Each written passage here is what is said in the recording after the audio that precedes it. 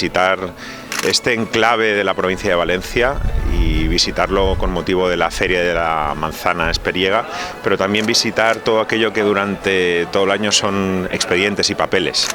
El Rincón de Ademuz tiene que tener un trato especial por parte de la Diputación de Valencia y sobre todo aquellos problemas que en el litoral o en otros pueblos y ciudades de la provincia no tenemos. Visitarlo está bien, pero creo, y lo hemos anunciado aquí al alcalde y a los alcaldes del Rincón de Ademuz, nos van a ver más este